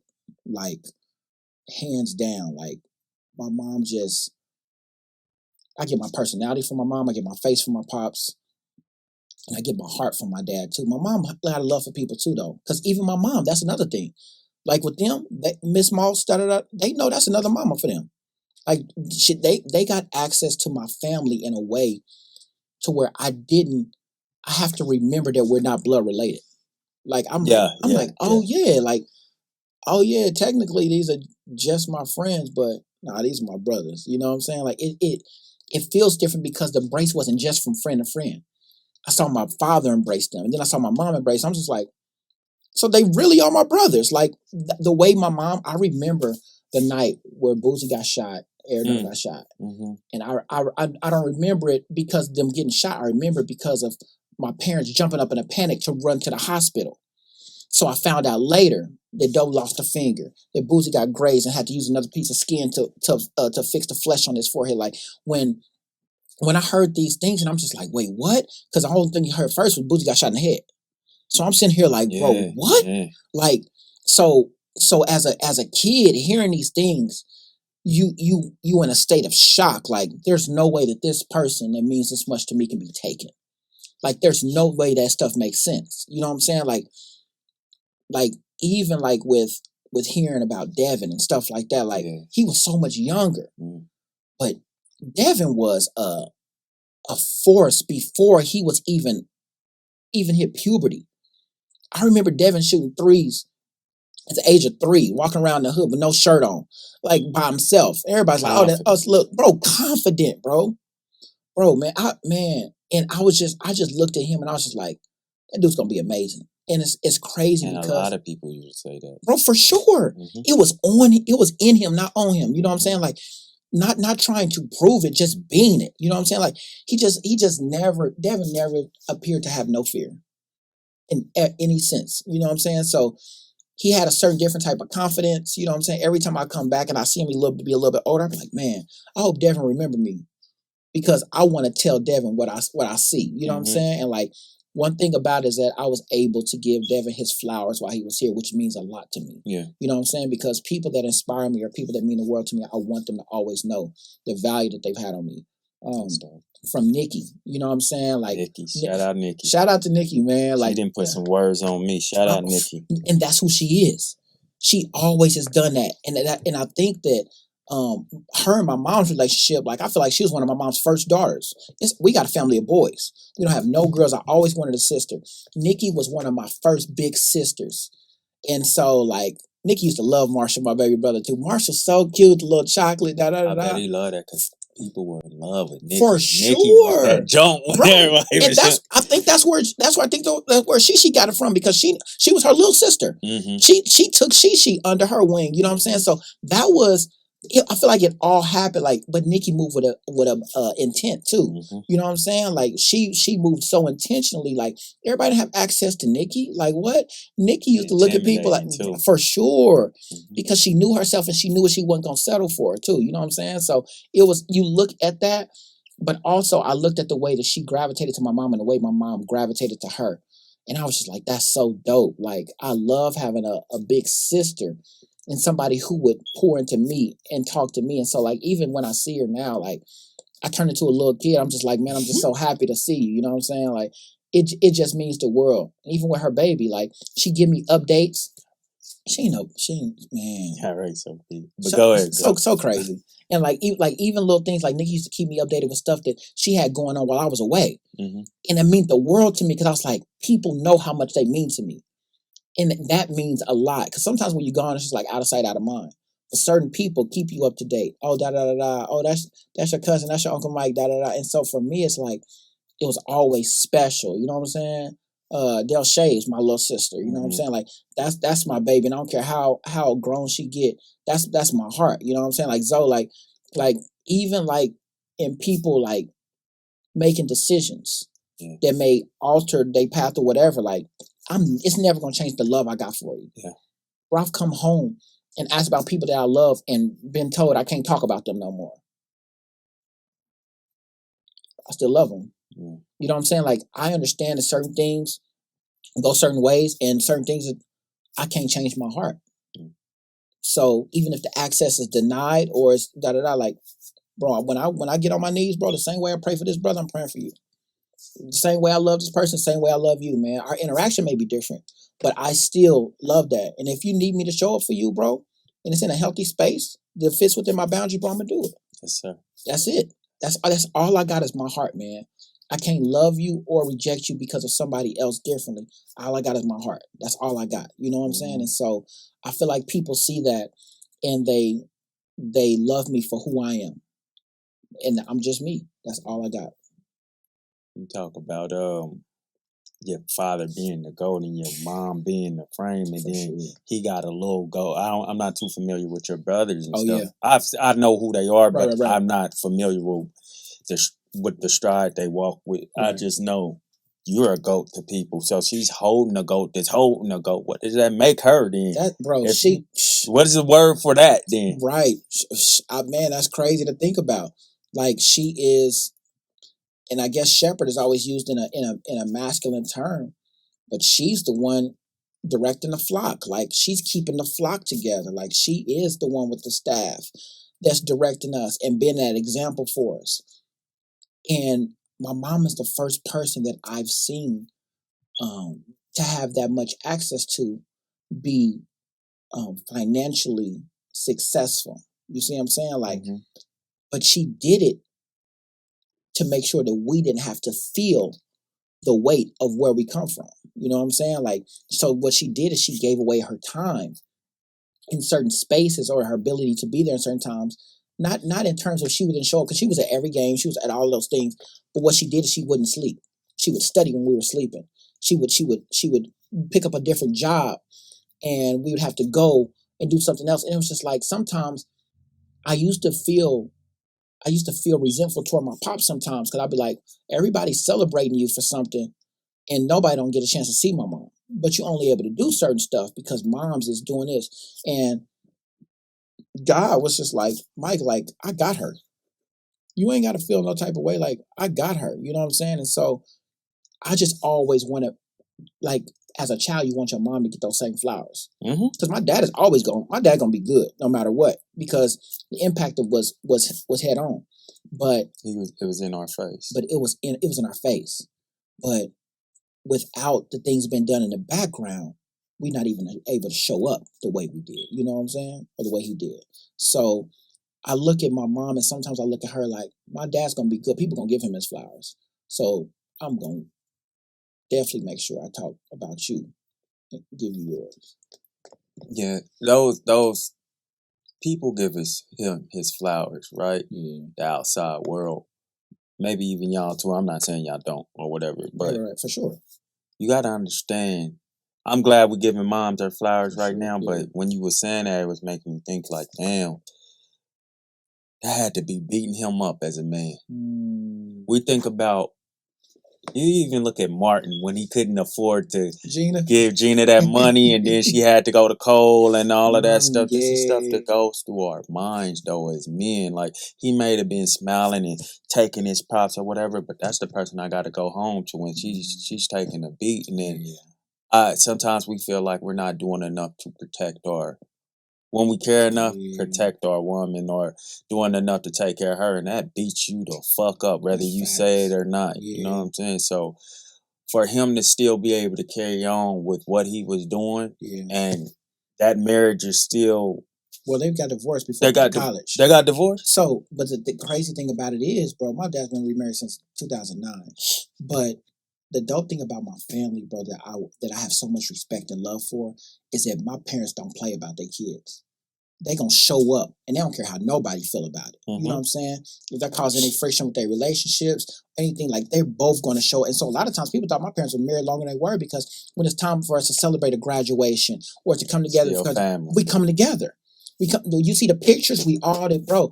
And it's one of the things that's taught me is that nothing comes before family, man.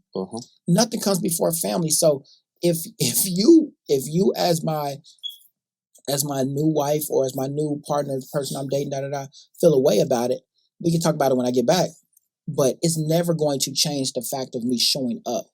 And so I think that kind of instilled something in me that I'm going to show up for who I say I care for. Yeah. And it doesn't matter if it's in a physical way or if it's in an emotional way, like, I'm going to hold you down. And so that's another reason to put the battery in my back, to make sure I was good for me, so that I could be solid for them and not crumble while trying to take care of people that I care about. Because what I was doing is I was giving my heart to everything. And so I wasn't being enough for the people that actually needed me. So now I'm just like, people that don't need me or the extras, y'all got to wait. I'll get to y'all in a second, but I'm being intentional with myself so that I can be there for the people that push me unknowingly to be this great. I'm not saying I'm great, but I'm saying that I'm working towards it. You're great. You can be greater. I can definitely be greater, bro. You brought a wife, but you don't have one. Definitely don't. But before this came on, we talked about you being abstinent from sex. Yeah, for sure. Celibate right now. Yeah. You're a man. Women look good. God is so masterful with his brush. He different. You know what I mean? For sure. Why? How? You travel. You go to these beautiful places, and more than these beautiful places, the women are just, you know what I'm saying? It's unfair, for sure. Talk to me, man. How you like? Cause listen, it's different, bro. Like, I ain't gonna hold you. Like, and I ain't gonna say that I haven't had fun. Like, I've definitely been outside a few occasions, but the decision to be celibate doesn't always come from a place of like obedience or somebody counsel me or things like that. It comes from getting something I have not obtained. What I'm saying is that there is, like I said, the faith thing we're talking about, like God giving you something that that you're hoping for, evidence of things that are not seen. What I want from God is such a big question mark. I don't know exactly the way I want God to blow my mind is so big that I'm willing to sacrifice anything to have it. Also, I realized that sometimes my attachment to women was unhealthy. And what I needed to do was to pull back from that so I could realize my diagnosis. Why do I need y'all so much? Why am I so quick to come when y'all call? Like, why come I can't restrain myself? So the world will have you thinking that it's fire to have access to all of these chicks. And for me, because it didn't come difficult, and I'm not going to say difficult in terms of like it's easy to get women. Like, bro, anytime anybody gets a plethora of people, if you being intentional and you being honest, not if you telling them what they want to hear. I'm talking about somebody who's being real and telling them the real. You're going to lose more times than you win. So people's just like, dang, Mike, every girl you talk to is bad. I was like, yeah, but that's just because of the type of girl I talk to. It's like, I don't get what you're saying. I'm not going to talk to a girl that's not bad. So any girl that ever accepts what I'm offering is going to be bad. But there's a bunch of bad chicks that have told me no on the way. You know what I'm saying? Like, if I got 4 girls that I'm talking to and all of them cold, you better believe 27 girls told me no thank you. I just don't care about it. Like, you cannot lose something you've never had by a no. It was just an extension. It's an application. Hey, I was interested in this job, but are y'all hiring? Oh, you're not?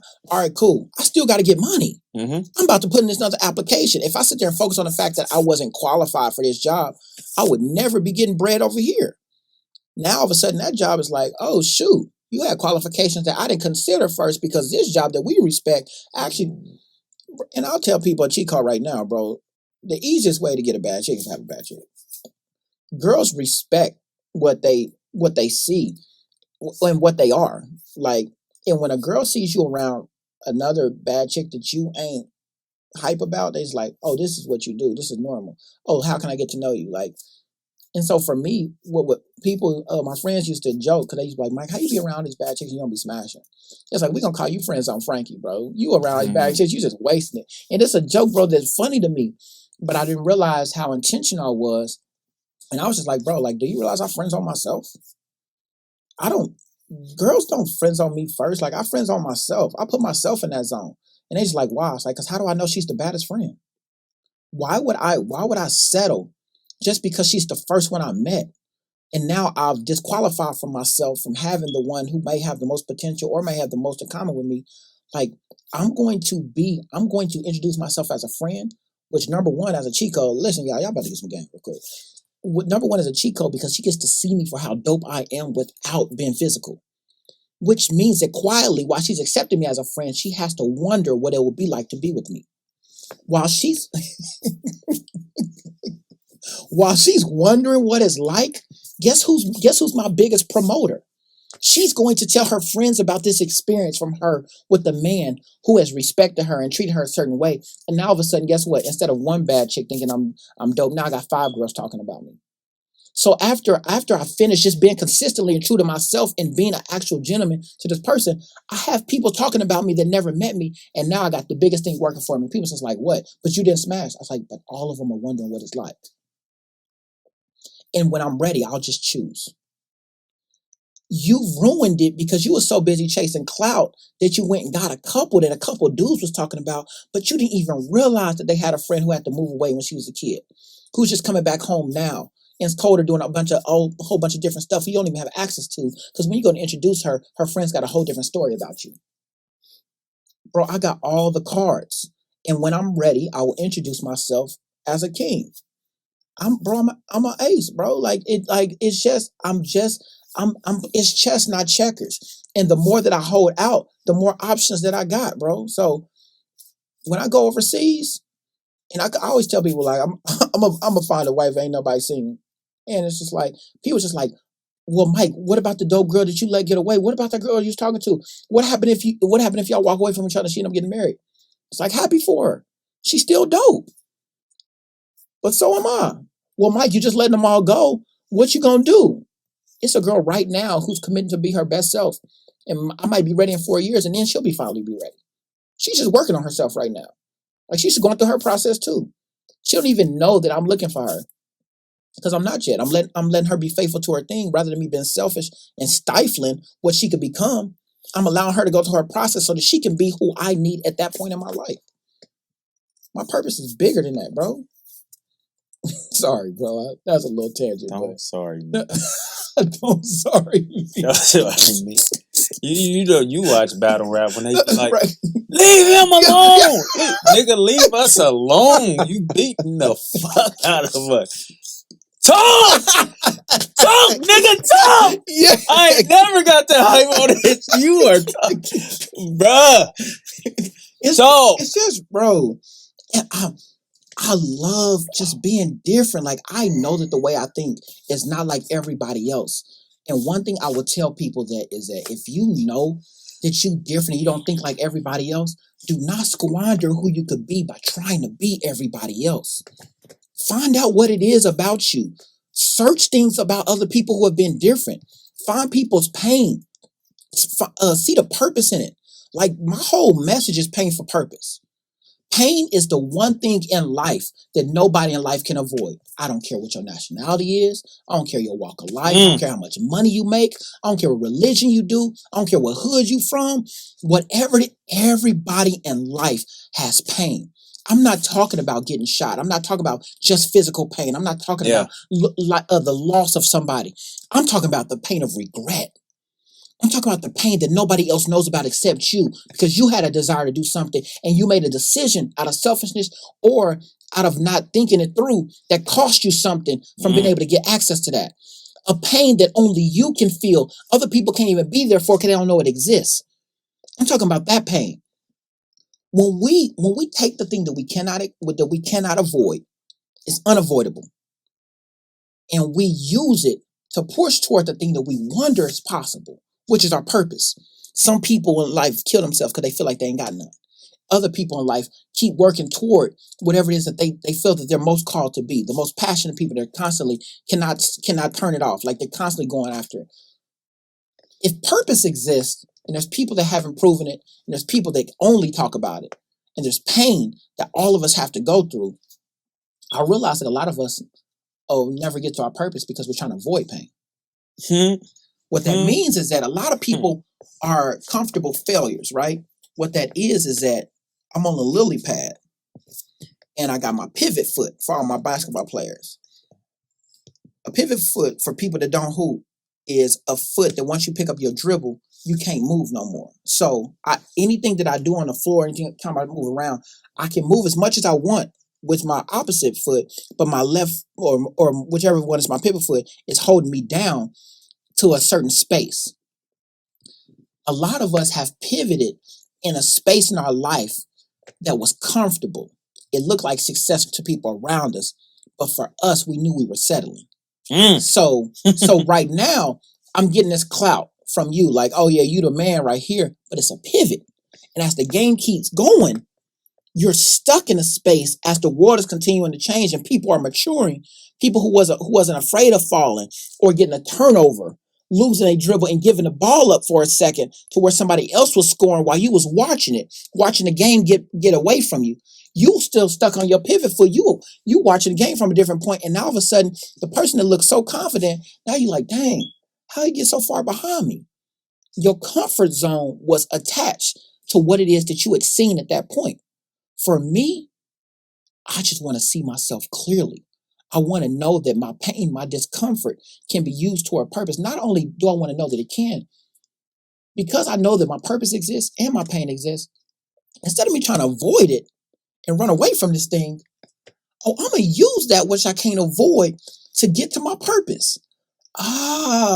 Okay, everything starts to make sense now. So now guess what? When I meet somebody, it's just like, well, Mike, I don't have the voice that you have. I was like, but you got something. Why are you running from it? What you got? Because for me to get my voice, I had to be outcast for it first. So yeah, before I was ever the funny guy or I had a message to say, I was quiet. Fatso was the funny dude. You know what I'm saying? Like I had to watch homies Boozy and them used to be the ones that was so funny that I was just like, dang, I can't say my jokes. Like they stuff is funny. And then in my little small settings, I'll be the funny dude. But when I get back here, I'm just like, nah, I got to sit in my place and watch them. I can never do it here because this is their element. And eventually, I got to spaces where people said that my personality was negative to the point where they tried to silence me. Well, Mike, you doing too much. We didn't ask you. Why you like, okay, go to the principal's office. Do this. I was at a Christian school, bro, predominantly white. Getting dropped off from there. My mom always vowed to have us in Christian school. She when it comes to her and God, like she don't play about that. She's like, this is what we're gonna do. God's gonna make a way. We don't have the finances for it, but God's gonna provide because of my faithfulness. And every year He did.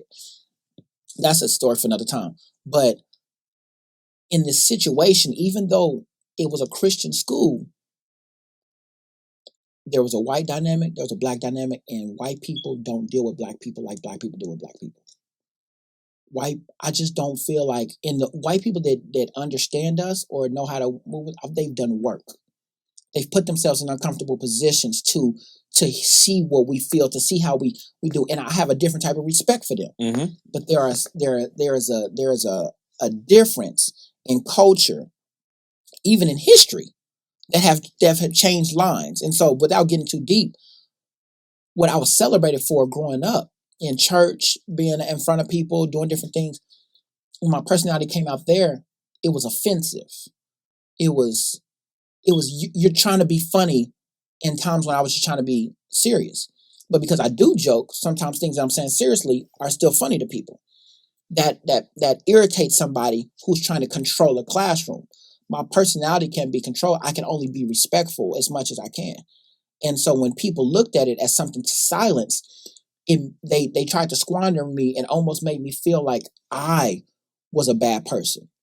They didn't like my personality, but because it's so natural to me, I didn't know how to express myself outside of being myself. So instead, it was like either I speak or I don't. And so for the longest time, I tried to go along with what they were doing and realize that, oh, you still don't accept me. Oh, so you don't accept me when I'm being myself. You don't accept me when I'm trying to silence myself for you. I still don't feel loved by you. So you're going to get the rebel me. Now I'm going to give you me in such an abundance that you're going to hate me. Because at least if you don't love me, I know that if you hate me, you'll never forgive me. So now my energy went a total different way. And I was just like, you think that the way I was giving it to you was vindictive. Like, I didn't have malice in it. I was just being a kid. But now that I know that you don't like me, I want to make sure that you hate me. Because you're not liking me. It can be a kid you don't like every year, but I need you to never forgive me because you've tarnished me so much mentally, I can't never forget you. So we just need to have that mutually exclusive thing that both of us don't like each other for life. And so I made it my mission for certain teachers to just know when I come in there, today's not going to be a comfortable day for you. Mm-hmm. And it led me, ended up getting expelled like 3 weeks before graduation. And so but my thing that I was saying is that I went from this place of not having my voice or my voice been squandered in a place where I feel like I wasn't confident enough to tell my jokes in a different setting. It was just like, all right, I'm going to just sit here. And I was not reclusing myself. I wasn't closing myself in completely, but I could see the confidence in myself dwindling a little bit. Yeah. And so what happened is that when I went to college, which was a HBCU, which is a historically black college university, I didn't understand what that was when I went to school. I just thought the black girls was from the hood, and I was just like, all the beautiful black girls are from the hood. That's all I know. Mm-hmm. And the Christian girls, I'm like, Mama, you told me you want me to find a Christian girl. Like, want me to date a white girl? Like, what you want me to? She's like, nah, don't bring. I ain't gonna say she ain't bring no white girl home, but basically, we got too many queens out here. Mm-hmm. Basically, you know what I'm saying? Like, black moms is. That's it. And so I think that Jesus in her wouldn't allow her to say, like, you couldn't bring a white girl home. But she was just like, Mike, look at all your options. It's some stuff. And I'm like, Mama, I got 3 black girls in my school. Like, my friends done dated them already. Like, what you want me to do? Like, like I want to talk to the girls when I get out of school. You know what I'm saying? Like, I want to see the girls at the center. Like, forget school. Like, what we talking about? And I felt torn. So I had experiences where there'd be a white girl who was thick. And I'm like, all right, cool. You remind me of a black girl enough. Okay, cool. Yeah. I'm going to see what you talking about. And then you have a situation where her dad gets wind of it. And now he's bringing his 37-year-old son to come to the school and tell me, if you touch my sister again, I'm going to kill you. I've never seen confidence in a white man to approach a black man to talk straight to him like that. And for me, like I told you before, like I always felt like fighting was healthy, but I'm never trying to lose my life. So when he started talking like that, I was like, what kind of confidence, what kind of life you living for you to tell a black man, like, I thought y'all was afraid of us. How you get the confidence to tell me that you would take my life? And so the shock and fear of it, like, froze me up to the point to where my hero, my pops, like, I wouldn't even tell him. Whereas now with my mindset, if I told my pops, that would have been fixed immediately. Mm-hmm. Like, that energy would have been totally different. But because I was so shocked and afraid of it, I never told anybody. Come down, 6 years later, 6 years ago, the girl, she's married, got her kids, everything. She hits me up. She's like, Mike, you really broke my heart. Like, when you just stopped talking to me out of nowhere. Like, I just thought that we had something special, And I'm sitting here like, I think you're old enough. I don't think I got to keep protecting you. Like, your dad racist, right? Like, your daddy don't like me. What? My dad loves you, da-da-da. He always talked about when you came back for alumni, you scored 40 points in alumni game, da-da-da-da. He's talking about how good you are. So like, sweetheart, I think you're a little off. Like, I think you missed a step. when I came back to hoop an alumni game, I no longer cared about what they said. I came as a grown man playing against boys and not caring about what the play call was. I'm just gonna do me. Like I hoop. In high school, I was so broken down by what they said that I was afraid to make mistakes. So my game didn't translate on the court. So now when I get on the court, instead of me doing what I need to do to get a bucket, I'm trying to remember the play in the exact way that she said it. But the hoopers on our squad, it's like, oh yeah, that's the play. But hey, give me the ball real quick. I'm gonna chuck that. Mm-hmm. And the coach would start to get frustrated. But after you start scoring, oh yeah, I forgot the game. The focus is to win. So now everybody else get in line, and the people with the green light get the green light. You know what I'm saying? Mm-hmm. The coach trusts them, but they had to trust them from them being insubordinate at some point. The player had to trust themselves more than the play. At some point, the play was broken down, but you had to take the shot before the play was done in moments for the coach to even realize that you knew more about the play on the court than he could do from the sideline. For me, I couldn't get past the point of, I don't want to be on the bench. So I'm just going to do what the coach tell me to do. Yeah. I know the person in front of me can't hold me, but if I do that, I'm afraid they're going to do it. And so what happens is that I hesitate. Now I hesitated, man, if I got a turnover. All right, so now I'm definitely on the bench. Now I'm definitely sitting here. And so what happened is that throughout the history of me playing, they didn't see how nice I was.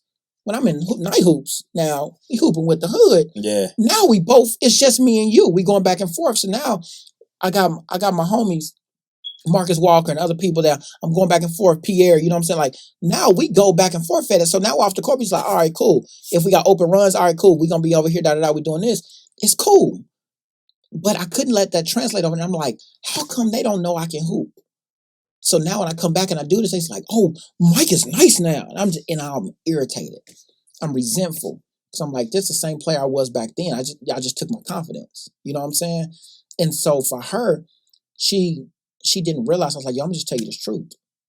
Your brother came to me when I was young and told me if I kept talking to you, he was going to hurt me or take my life if he needed to. Regardless if it was an empty threat or not, it scared me enough to stop talking to you. Because her whole thing was like, you just cut me off cold turkey. And I'm just like, yeah. Mm-hmm. My life, you know what I'm saying? Like, yeah. And I think she had to take a moment and digest that. But the truth is that you have no idea what I'm dealing with. You have no idea what comes with us just trying to be kids. Yeah. You know what I'm saying? And so for me, because I felt that at such a young age, I just felt like we need me more than y'all need me. And so even when I meet a dope chick, and I'm not saying that I can't talk to a girl that's not black, because I do love, I think a lot of women are beautiful. Yeah. Gorgeous. Yeah. Got you. I'm dope. There's something from coming from struggle or coming from being ostracized that I lean toward, because you got a different type of grit, right? And I know that you had to work through something. So in case we get together and we got to go through something, yes, I trust you to go through it with me. You know what I'm saying? When you comfortable your whole life, and I'm not saying comfortable as in you don't go through nothing, but when you've had certain things taken care of for you, when you have to go through it on your own, you may start to resent the person that you're with because it doesn't mimic what you came from.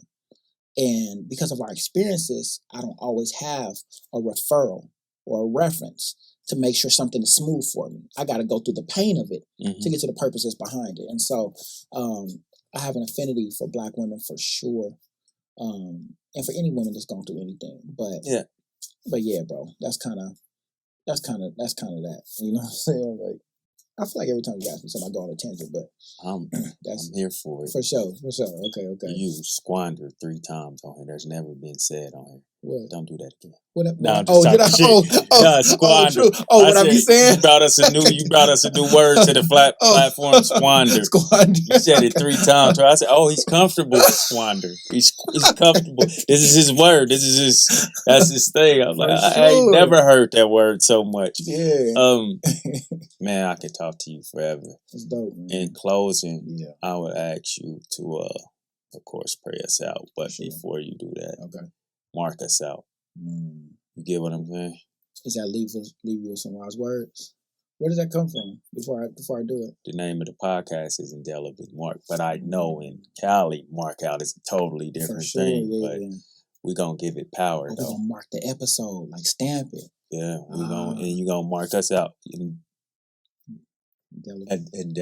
And we're gonna talk about that too, for sure.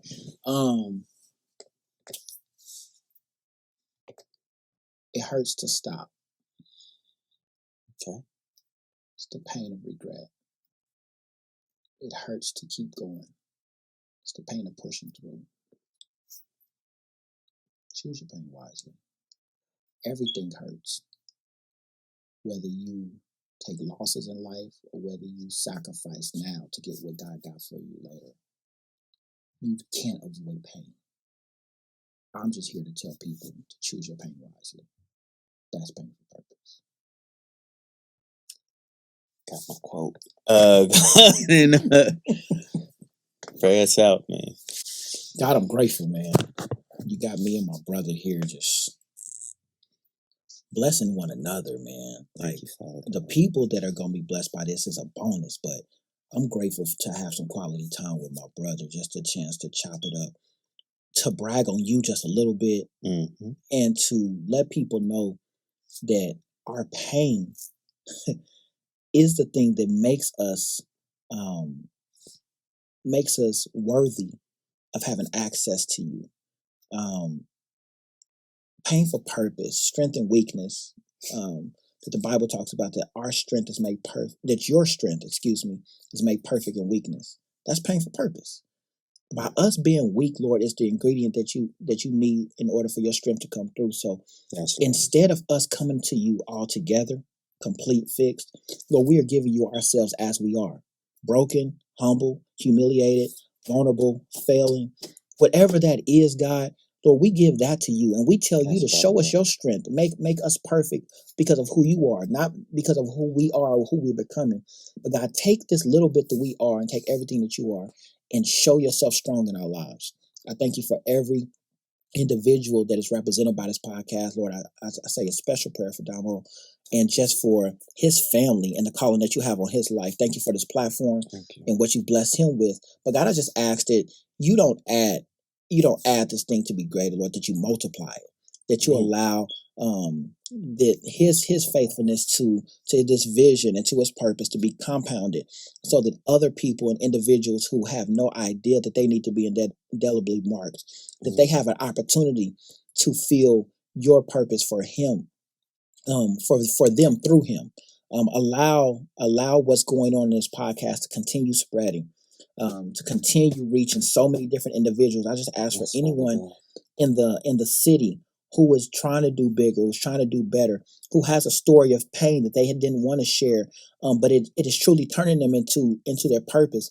They get a chance to see an episode that just reminds them that they're worth it, that their story is worth it, that they don't have to be like anyone else in order to feel value.